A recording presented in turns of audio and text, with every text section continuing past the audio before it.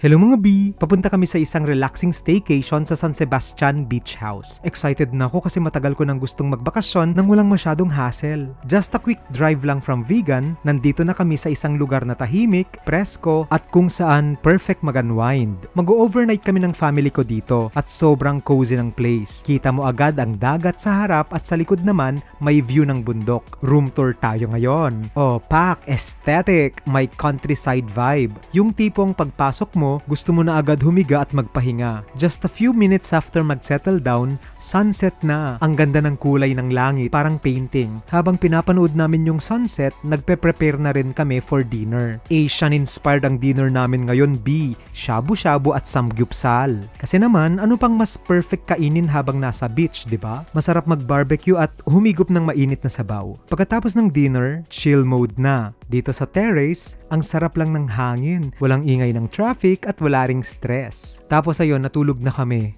At grabe, ang sarap ng tulog ko. Hindi ko na halos mamalayan ang oras kasi ang presko ng hangin. Paggising ko, syempre, ang unang agenda, kape sa tabing dagat. Parang gusto ko na lang kumanta ng tumakas na tayo, takasan na natin ang mundo, magtago papalayo sa mas tahimik at payapang mundo. Ito talaga ang favorite ko, Slow Mornings by the Sea. Kape, tinapay at tunog ng alon. Si Mama at John naglakad sa tabing dagat habang ako bumalik na sa loob. Masarap talaga magpatan pero hindi pa ako ready mangitim. Habang nagre-relax, si ate busy na sa kusina, naghahanda na ng breakfast. Leftover shabu-shabu from last night at may nuggets, eggs and fried rice din. Sobrang solid ng ganitong almusal. Parang hotel buffet pero home cooked. Dinala ko yung shabu-shabu ko sa terrace kasi gusto ko lang talagang namnamin yung bawat subo habang nakatingin sa dagat. Alam mo yung feeling na parang nasa commercial ng instant noodles? Ganoin. Sana kasi ganito na lang lahat ng weekends, no? Nag-press ko dito niya. Even with no air conditioning unit, kaya so malamig.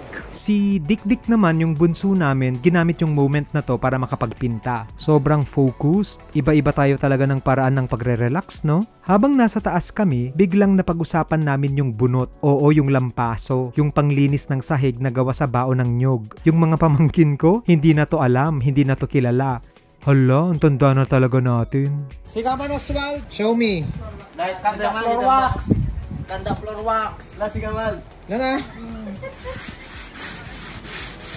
San Sebastian Beach House, maraming salamat. Parang home away from home. Ang sarap magstay sa isang lugar na simple pero sobrang relaxing. Dito sa probinsya, hindi mo talaga kailangan ng mamahaling resort para mag-relax ng ganito. Hindi ko alam kung deserve ko to, pero sobrang grateful ako sa ganitong moment. Minsan, kailangan natin ng ganitong weekend getaway.